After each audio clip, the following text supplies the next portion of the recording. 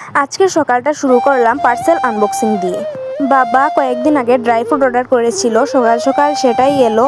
আর মোটামুটি ভালোই ছিল। তারপর এখানে মা স্নান টান করে এসে পঞ্চদেবতার ভোগ দেওয়ার উদ্দেশ্যে ফল টল রেডি করছিল।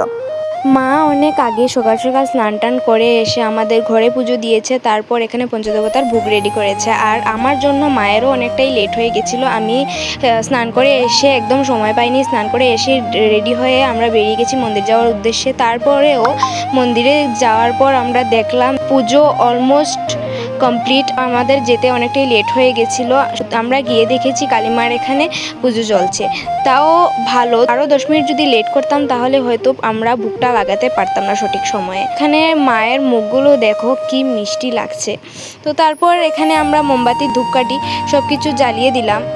আর ভগবানকে ভোগ লাগানোর পর আমি মাকে বলেছিলাম মন্দিরে বসতে। আমি একটু এসডিএমে আমার একটু কাজ ছিল, সেই কাজটা করতে গেছিলাম। আর এখান থেকে এসে আমার এত প্রচণ্ড খিদে লেগেছিলো, মাকে বললাম একটু প্রসাদ দিতে, কারণ আমি সকাল থেকে কিছু খাইনি। আর তখন বাজছিল প্রায় 2টো।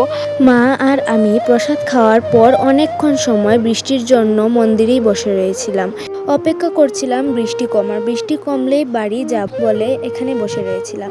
কিন্তু অনেকক্ষণ অপেক্ষা করতে করতে আমার মনে হলো কিছু খাওয়া যাক, খুব কিছু খেতে ইচ্ছে করছিল।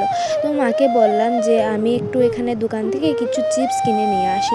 সেই বলে আমি চলে গেলাম দোকানে, একটু চিপস টিপস আনলাম, একটু সময় বসে খেলাম।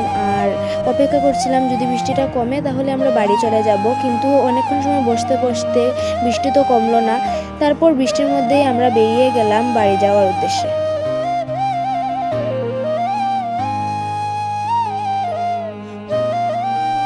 রেল রাস্তা ছাতি নিয়ে দুজন হাঁটতে খুব কষ্ট হয়, তাই মা ভিজে ভিজেই চলে যাচ্ছিল। আর বাড়িতে এসে খিচুড়ি খেলাম। আর রাতে মা ফল দিয়ে কিছু একটা বানিয়েছিল, সেটাকেই দিনটা কমপ্লিট করলাম।